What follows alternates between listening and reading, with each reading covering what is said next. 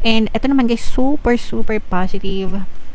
This is the energy of good luck, good fortune, swerte, success, and big happy changes mga kapigsi. So for some of you guys, napapansin nyo na parang unti-unti na natutupad yung mga pangarap nyo sa buhay, unti-unti na kayo nagiging masaya, unti-unti na nagkakaroon ng movement no sa physical reality nyo, and napapansin nyo na guys na talagang nagbabago yung takbo ng swerte sa inyo mga kapigsi, nagkakaroon ng mga magagandang progreso no, umuusad, kumbaga pausad yung pausong, pasulong.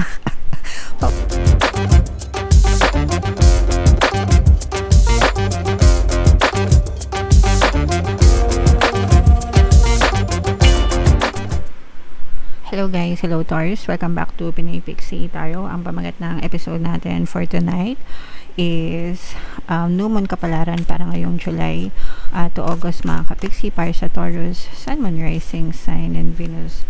Yung ating new moon guys ngayong July ay sa July 24 mga kapixie, tapos yung next new moon naman natin ay sa August 23 guys.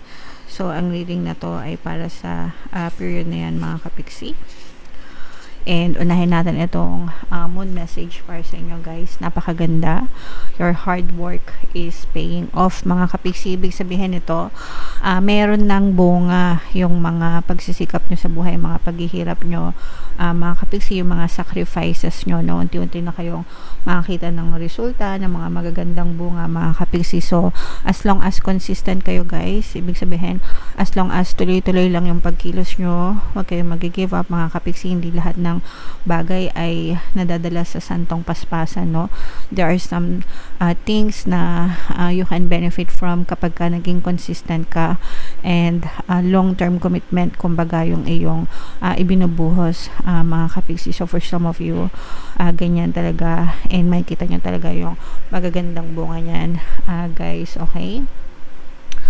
Attune to the moon guys, make a proper plan and execute it well. So kung matagal na kayo dito sa ating channel guys, no, palagi ko kayong nire-recommend na magplano, 'di ba? Halos taon-taon mga kapixie, sinasabihan ko kayo na magkaroon ng short-term plans and long-term plans sa buhay nyo para makita nyo kung merong pagbabago, nagkakaroon ba ng progress, kung para na-monitor nyo kung umuusad or umuundad ba yung inyong kabuhayan, or nai-stuck na lang ba kayo, 'di ba? So ganun 'yon, kagandahan kapag may plano, may guide kayo, may blueprint kayo. Parang ano lang yan guys, construction sa bahay, 'di ba? Kailangan pinaplano ng architect para makita kung ano na yung progress. Meron kayong sinusundan na layout mga kapixie para makita yung progress ng plano. So progress ng construction. Ganun din sa buhay natin guys, okay? You need to be more disciplined to reach your goal. So sa totoo lang naman talaga guys, 'di ba? Kailangan naman talaga natin maging disiplinado. Hindi pwedeng puro plano lang mga kapixie, tapos kikilos ka lang ng mga isa, dalawa, tatlong beses, tapos pag tinamad na, ayaw na, 'di ba? So kailangan mo ng disiplina at commitment sa new story mo mga kapixie para ma-realize mo siya sa buhay mo, or para ma-experience mo siya sa buhay mo guys, okay? Hard work will make your dreams a reality. So yung hard work guys, isa lang yung ingredient, no, para yung mga pangarap mo sa buhay ay magkatotoo. Kailangan sinasabayan yan ng pagdadasal at saka ng positibong mental diet mga kapixie. So yan tatlong yan guys, palagi ko kayong pinapaalalahanan araw-araw na lang sa lahat ng videos guys, para talagang walang mintis, no? Talagang marinig nyo araw-araw, everyday, and para practicean nyo rin sa buhay nyo mga kapixie. A very good omen for study or teaching. Ito yung pagkakataon sa mga gusto magturo or sa mga gusto mag-aral, no? Ito na yung tamang pagkakataon para sa inyo mga kapixie. Don't be too controlling and avoid anyone who is controlling. So wag tayong masyadong controlling sa buhay natin guys, no? Hindi naman natin makakontrol lahat ng tao, bagay, sitwasyon, and iwasan din natin yung mga ganun tao mga kapixie. Alright? Okay, so comment down below guys if feeling nyo naka-resonate kayo dyan. Lagay natin siya dito mga kapixie. And shuffle natin yung cards. Hanapin natin yung energy ng moon at saka yung energy ng Taurus.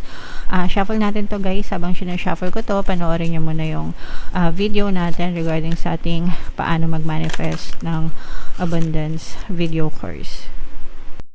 Kapiksi, sawa ka na ba sa mga struggles at hirap sa buhay mo? Masipag ka ba at masikap sa buhay ngunit hindi ka pa rin umaasenso? Ilang beses ka na bang nag-attempt mag-negosyo at mag-invest pero palagi ka pa rin nalulugi?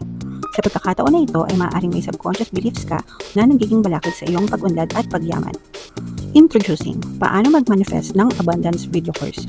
Dito ay matututunan mong ma-overcome ang mga balakid mo para tuluyan ka ng umunlad, umasenso, sumagana, maging matagumpay, successful at maswerte sa iyong kabuhayan, pera, trabaho, negosyo, salapi at kaperahan ng bonggang-bongga. Dali, mag-send na ng email sa pinoypixie@gmail.com at simulan na ang iyong pagyaman ngayon. Alright, so sa lahat ng gusto mag-avail ng course guys, naka-flash sa screen nyo. Una, meron tayong paano mag-manifest ng abundance video course. Meron din tayong paano mawala ang third party at magkaroon ng harmonious na relationship. And meron din tayong paano pabalikin si ex-revice breakup. Sa mga interesado guys, mag-send lang kayo ng email sa pinoypixie@gmail.com. So ito yung ating moon energy. Taurus kayo ay represent ng King of Coins sa ating spread. Latag natin yung spread nyo mga kapigsi. And sa mga naghahanap guys ng mga pampaswerte na lucky charms or lucky bracelet, ito yung mga items na nire-recommend ko guys. Ito yung aventurine at saka ito yung citrine mga kapigsi. Sa mga gustong mag-avail guys, check nyo lang yung description box sa video na to o kaya sa comment section mga kapigsi. Pwede nyo i-check out guys.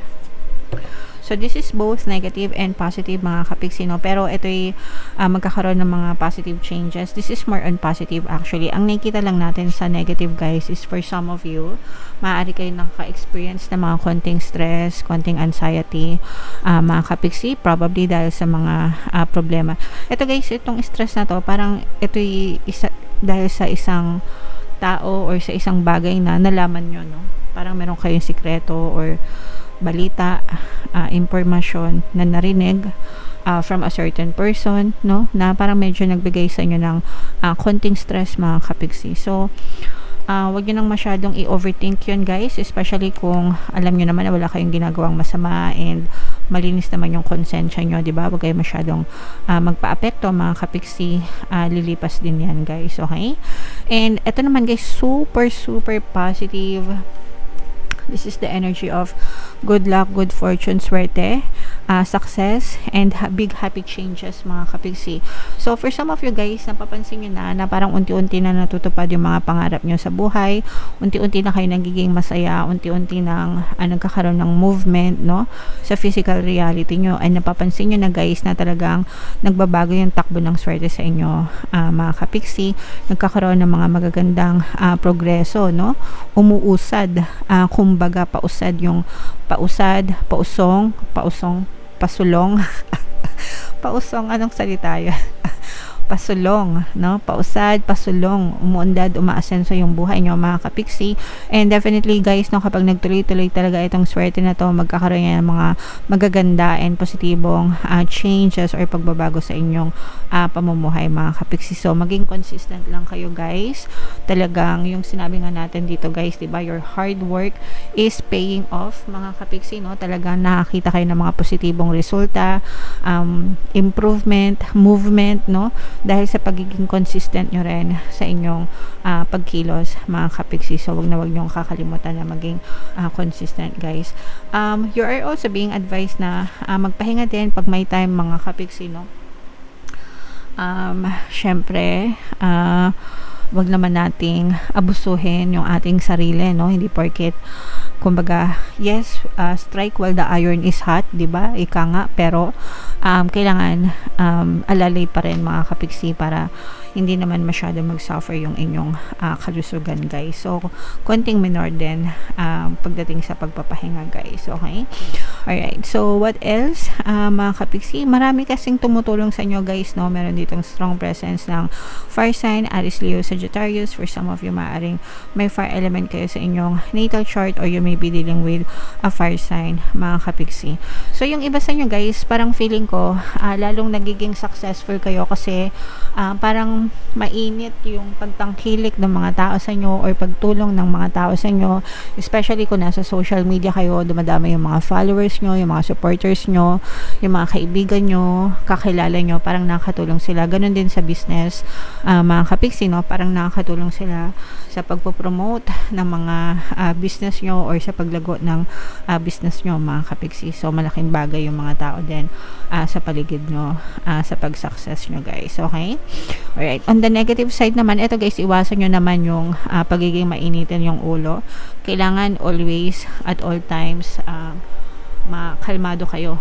Mga kapiksi, always try to be compassionate, maunawain, ganyan, kasi for some of you guys, maaari kayo magkaroon ng conflict naman sa ibang tao, kasi hindi lahat ng tao, alam nyo yon, you cannot please everybody, ika nga. So, kung may mga sumusuporta sa inyo, guys, maaari din may iba na meron naman kayong conflict, no? So, ito naman yung pwedeng naiinggit sila sa inyo or hindi lang talaga kayo makasundo, magkaiba kayo ng preference, ganyan. So, iwasan nyo makipag-away sa kanila, mga kapiksi, kasi pag lumala yung gulo nyo, maaaring magbunga ito ng hindi maganda sa inyo, maaaring mag-backfire ito sa inyo. And, nasa huli ang pagsisisi, mga kapiksi. Alright? Okay. So, iwas-iwasan na lang yung pagiging mainitin ng ulo, mga kapiksi, no? And for more, ito guys, yung mga magaganda dito, no? I-mind nyo na itong mga success na to, itong mga swerte na to, and itong mga positive changes na to, guys. I-mind nyo na sa comment section. So, bunot lang tayo ng isa pang card para sa inyong additional na mensahe, guys.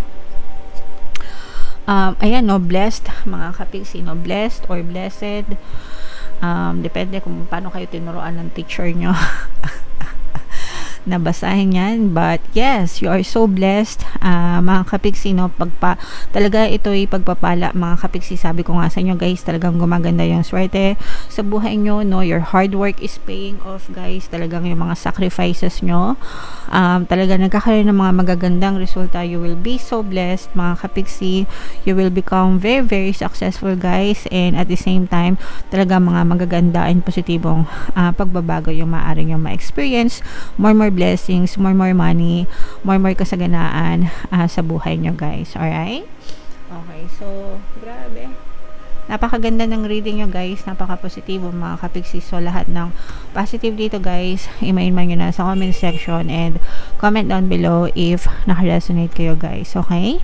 And yeah, for more tarot readings, guys, ito yung playlist nyo. Ito naman yung ating success stories, guys. Again, sa mga gustong mag-avail nitong mga pampaswerte bracelet na to, Aventurine at saka Citrine, guys, may kita nyo sa comment section, mga kapiksi, at saka sa description box.